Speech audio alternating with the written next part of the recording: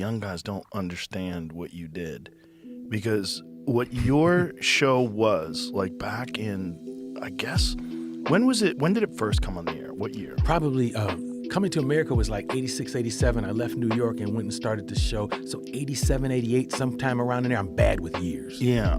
During that time and in the 90s, it changed the whole landscape of late night television. Like completely changed it. Because late night television was stiff. You know, it was like, the desk. The desk made no sense to me. Like, I talk about the desk and how I got rid of it, but it made no sense. But I was like, oh, finally he got rid of the desk. Yeah. The fucking are we being lectured? Am I in the principal's office? Like, what's the fucking desk for? But when they first started doing that in the 1950s, if you went to work, you had a desk. Yeah. You had to wear a tie. You had a desk, and they all smoked cigarettes while they were on the job. You know, you watch like the Johnny Carson show. During commercials, Johnny would go under his desk, get a cigarette. Yeah. Well, they would often smoke on air. They would do it all the time back then. They all smoked cigarettes. How about planes? How about the fact that we could get on a plane to go to a gig, and there was a row behind us where smoking began. Right. And which made I'm no in sense. the no smoking row, and the bitch behind me got a cigar. Yeah. You know? And it was just flooding the entire cabin. Yes. You know, Dice used to have a joke about it. You're in a fucking tube. Where's the air going? Yeah. But it was a weird time. But the whole idea was, what I was getting to was like, late night television was very stiff. It was, you know, it was like, and then your show came around. Paul Anka wrote that. Did he? Yeah. Oh, wow.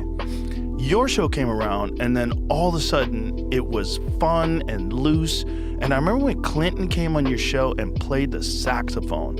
Yeah. And I mean, everybody was like, what is happening? The fucking president was he the president back then, or was he running? He was a governor. And that's right. He was trying to get the young vote, so he did me, and then the next day they decided to do MTV, because I think what my show did that night was changed how you run for the highest office in the land. Mm-hmm.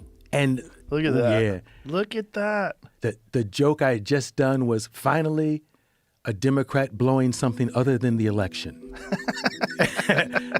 When you look, you remember jokes in the moment. And dude, so what's interesting is after this, presidential candidates realized they had to come to Rogan and Sunday morning to meet the press, you know, and I like that. You know, they have to go everywhere now. Well, they go where the people are paying attention, right? Mm-hmm. But it was different, because if they did the Tonight Show with Johnny Carson, it would be a very competent interview, but it would be stiff. It was like not even stiff's not the right word. It was traditional. It was like, this was different. Like him playing the saxophone, running for president, playing the saxophone. I was like, what is happening here? And I tried to get, I told Jenna Bush this last week. I'm on this book slinging tour. And I told her, I said, I invited your grandpa. Because back then there was a mentality that you do equal both sides, you know? And I don't think it was a rule, but first of all, my dad was a Republican, my mother was a Democrat, so I was used to hearing both sides and learning both sides, and I thought the best thing I could do for young people is show them both sides, and that would be fair of me as a host. And we got a call from a man named Marlon Fitzwater, who said, no fucking way we're coming there, you know? And I wonder why. It's almost like what you talk about with the desk. Society at a certain point is stiff, and it takes certain people to loosen it up and make a change. And I think it was just, they're not used to it. It's like, why are they barking?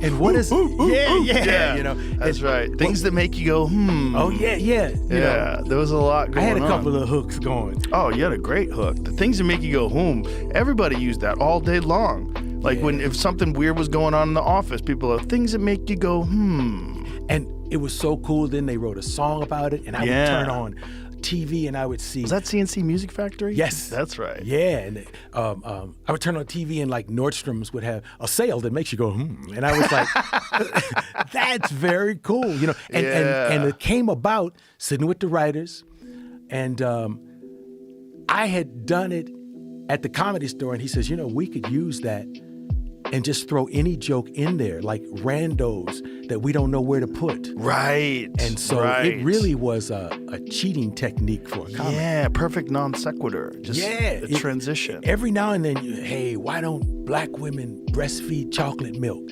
And you have no place else to put that thought. You know? So it's a stream of things that make you go, Yeah. Well, it was just, finally there was a different kind of talk show. It was like finally there was a talk show that was more fun. Hey, the desk thing, my partner and executive producer Marla Kell Brown, we were sitting around one day and she said, after coming to America, I had done the Joan Rivers thing. I'd filled in for her for 11 weeks. And I think her husband committed suicide and she was going through all that period, right?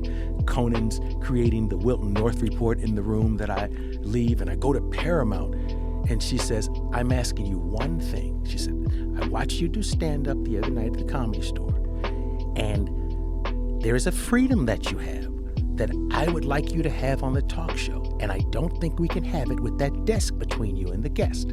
So I want you to just try without the desk. And I tried it without the desk and never went back. Yeah, you changed it. I mean, and then George Lopez did no desk when he did his show. A few people have tried the no desk thing. Yeah. But for us, I think it's great. And you know what? I was able, like somebody like Rosie Perez who would be nervous, I'd hold her hand. And you can't reach across the desk and hold somebody's hand. Well, also the desk was always elevated.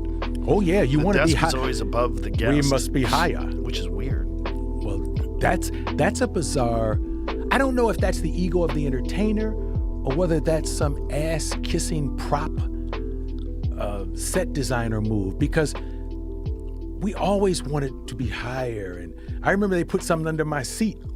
So make your seat higher? Yeah, so I'm sitting even with Kareem, you know, which is bullshit, you know. Yeah, it's a weird thing. It's like, why would the host be above movie stars and rock stars? Yeah. Why? That doesn't make any sense at all. Yeah, unless your host is David Bowie. Yeah, right? Right. Unless he decides to do a talk show. Even then, it doesn't make any sense. It's like, if you want to have a conversation, the way you did it was the best way to do it. Just be sitting there.